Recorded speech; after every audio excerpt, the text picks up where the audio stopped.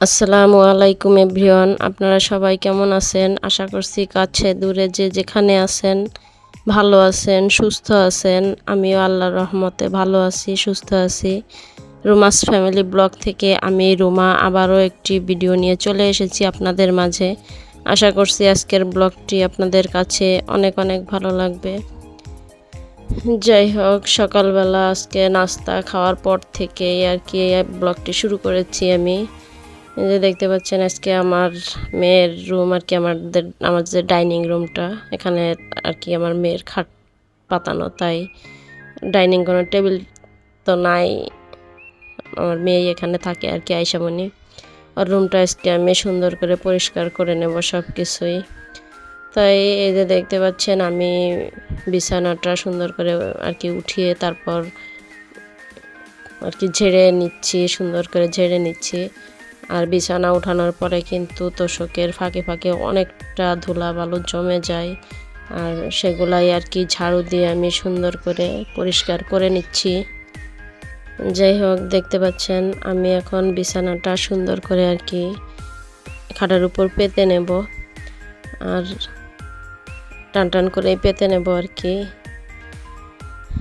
আর ভিডিওর এ পর্যায়ে এসে বরাবরের মতো আবারও রিকোয়েস্ট করছি আমার ভালোবাসার প্রিয় আপু ভাইয়াদের কাছে, আপনারা যারা আমার ভিডিওটি এ পর্যন্ত দেখছেন বা দেখতেছেন, লাইক দিতে ভুলে গিয়েছেন, প্লিজ দয়া করে লাইকটি দিয়ে দিবেন, কারণ আপনাদের একটি লাইক আমার ভিডিওটি আপনার মতো আরও অনেকের কাছে পৌঁছে দিতে সাহায্য করবে এবং আমাকে নতুন নতুন ভিডিও বানাতে উৎসাহ যোগাবে। আর ইতিমধ্যে যারা এই কাজটি করে রেখেছেন তাদেরকে জানাই আমার তরফ থেকে অসংখ্য অসংখ্য ধন্যবাদ। যাই হোক, দেখতে পাচ্ছেন আমার বিছানাটা আমি সুন্দর করে টান টান করে পেতে নিয়েছি। আর ওই যে ছোট বালিশটা দেখতে পাচ্ছেন, ওটার ভিতর কিন্তু আমি মশারি রেখে দেই। মশারি সাইডে রাখলে দেখতে অনেকটা খারাপ লাগে, তাই আমি এভাবেই আর কি বেশিরভাগ মশারিটা রেখে থাকি। যখন তাড়াহুড়া থাকে তখন আবার রাখি না, তখন এমনি খুলে রাখি। আর যখন সময় থাকে তখন আমি সুন্দর করে এভাবেই রেখে দেই। যাই হোক, দেখতে পাচ্ছেন আমার বিছানাটা এখন অনেকটা সুন্দর দেখাচ্ছে। যাই হোক, বিছানা গুছিয়ে তারপর আমি আয়শামণির আর কি টেবিলটা সুন্দর করে গুছিয়ে নেব। আর আজকে আমার আবির ঘুম থেকে উঠে গিয়েছে, আর এখন এই যে টেবিলটা আমি সুন্দর করে পরিষ্কার করে নিচ্ছি। আর এখন কয়টা বাজে দেখতে পাচ্ছেন তো, 10:40 না 42 বাজে আর কি। যাই হোক, আমি এই কাজগুলো করে আবার তো দুপুরে রান্নাটা করে নেব। আর বাবা আবার দুপুরে তো চলে আসবে 1টা বাজে খেতে, তাই অনেকটা তাড়াহুড়া করে কাজগুলো করতে হয়। সবগুলো রুম আজকে আর কি টুকটাক করে নেব। মেয়েকেও বলবো কিছুটা গুছিয়ে নিতে আর কি ওই পাশের রুমগুলো, আর আমি এটা আর কি সুন্দর করে গুছাচ্ছি, তাই আপনাদের সাথে আর কি শেয়ার করছি। যাই হোক, ঝেড়ে মুছে আমি টেবিলটা এই যে দেখতে পাচ্ছেন অনেকটা সুন্দর করে আর কি পরিষ্কার করে নিচ্ছি। আর ছোট বাচ্চা নিয়ে কাজ করতে গেলে কতটা ঝামেলা হয় সেটা তো আপনারা জানেনই। যখনই কাজ করা হয় তখনই সে আসে আগে করতে, আর কাজে প্রতিটা কাজেই আর কি মাঝখানে এসে দাঁড়ায়। কি আর বলবো, বাচ্চারা থাকলে তো এগুলো হবে। যাই হোক, আমি এই যে দেখতে পাচ্ছেন সুন্দর করে টেবিলটা গুছিয়ে নিয়েছি। আর এখানে তো আমার কিছু রাখার উপায় নেই, ভিডিও করার সময় হয়তো টুকটাক কিছু রেখে থাকি। দেখতে পাচ্ছেন আমার টেবিলটা অনেক সুন্দর করে আর কি, আয়শামণির টেবিল, আমার টেবিল না, আয়শামণির পরের টেবিল আর কি সুন্দর করে পরিষ্কার করে নিয়েছি। আর এখন এসেছি আমি বেসিং এরিয়াটা পরিষ্কার করব, ধুয়ে মুছে আর কি সুন্দর করে ক্লিন করব। তাই দেখতে পাচ্ছেন আমি হুইলের গুঁড়া দিয়ে আর কি ডিটারজেন্ট দিয়ে আর কি পরিষ্কার করে নেব। আর সংসারের কাজ কিন্তু যাই তাই কথা না, অনেকটা কষ্ট করেই করতে হয়। আর যেহেতু একা হাতে সংসার, তাই সব কিছু সামলে এগুলা সব পরিষ্কার পরিচ্ছন্ন রাখতে কিন্তু অনেকটা খাটনি হয়ে যায়। আসলে আমাদের মতো গৃহিণীদের সকাল থেকে রাত পর্যন্ত একভাবে কাজের মানে কাজ করেই যেতে হয়, একটু বসার কোনো উপায় থাকে না। আর তারপরে আবার বাচ্চা, ছোট বাচ্চা কোলে, তার খাওয়া দাওয়া, গোসল, ঘুম পাড়ানো সেগুলো সব কিছু করতে হয়। এদিকে সবার সবার দিকে খেয়াল করতে হয়, এটাই গৃহিণীদের কাজ আর কি। আর বাবার দুপুরে আসবে, তাকে খাওয়া দাওয়া শেষ করিয়ে তারপর আবার ছেলেকে খাওয়া দাওয়া শেষ করিয়ে তারপর আর কি গোসল করানোর পরে আর কি খাওয়া দাওয়া করাই, সব কিছু করে টোরে তারপর হচ্ছে আমার টুকিটাকি যেটুক থাকে আর কি সেটুক আবার করে নেই। এভাবেই যায় আমার সারা দিনটা। যাই হোক, আয়শামণি ফাঁকে ভিডিওর মাঝখানে চলে এসেছে। বললাম আম্মু সমস্যা হবে, বললাম না কিসের সমস্যা হবে। যাই হোক, চলে গিয়েছে। তারপরে আর দেখতে পাচ্ছেন আমি সুন্দর করে আমার বেসিং এরিয়াটা পরিষ্কার করছি। আর এই যে টুকিটাকি যে জিনিসগুলাই আছে আমি সবগুলাই, আর এই যে দেখতে পাচ্ছেন যে আর্টিফিশিয়াল গাছটা আর কি, যেটা আমি এখানে সব সময় রাখি। মাঝে মধ্যে হয়তো বারান্দায় রোদ্রে একটু রেখে আসি, গাছ যেহেতু তাই রোদ্রে রাখতেই হয়।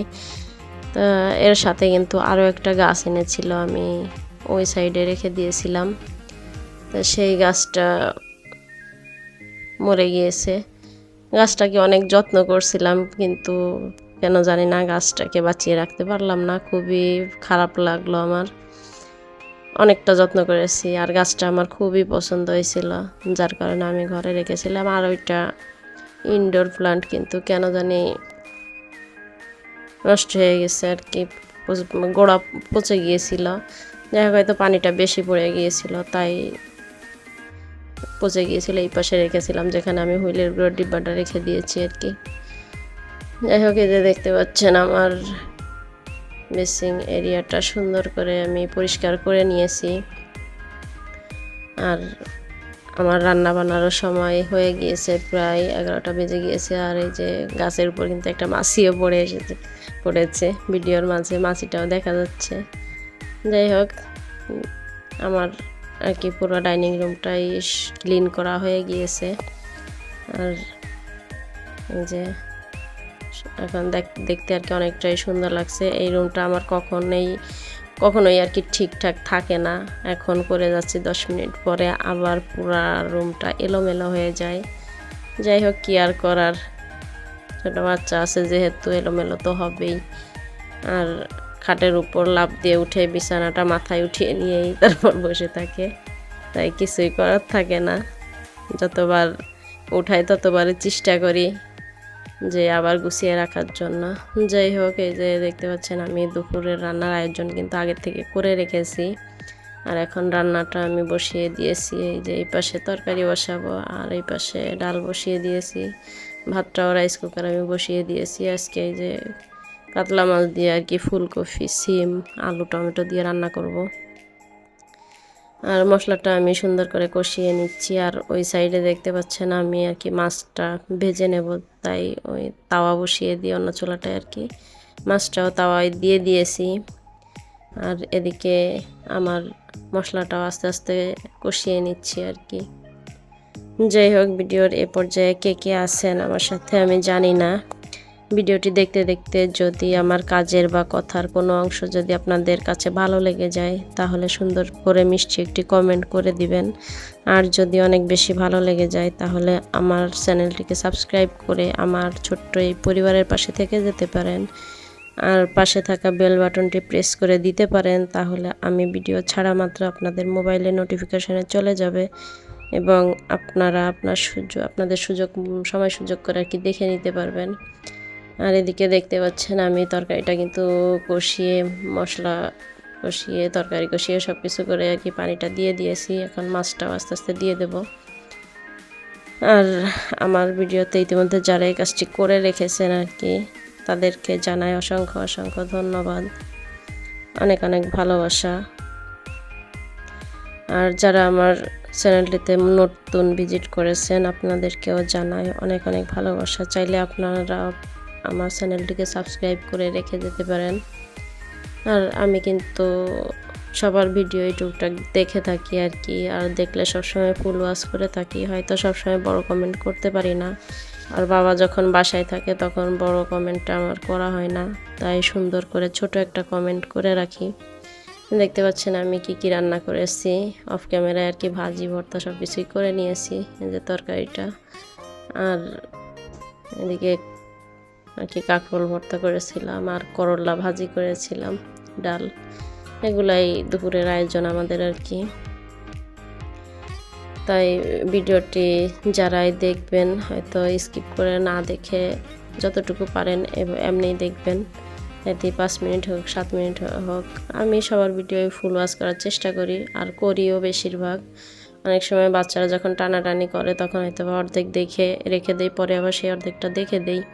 আর আজকে যা রান্না করেছি, আমার আয়শা মনির নাকি খাওয়ার কিছুই রান্না করিনি, তাই ফ্রিজ থেকে মাংস বের করে 5-6 টুকরা মাংস বের করে আর কি এই যে মশলা মাখিয়ে রেখেছে, সে আর কি ফ্রাই করে খাবে। এই যে দেখতে পাচ্ছেন আমি রান্নাঘরটা সুন্দর করে ফাঁকে পরিষ্কারও করে নিয়েছি ওর বাবা যাওয়ার পরে।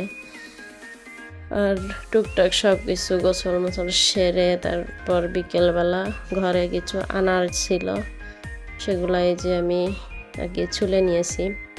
যাই হোক, আজকে এই পর্যন্তই। সবাই ভালো থাকবেন, সুস্থ থাকবেন, সবার শুভকামনায় আজকের মতো বিদায় নিচ্ছি। আসসালামু আলাইকুম, আল্লাহ হাফেজ।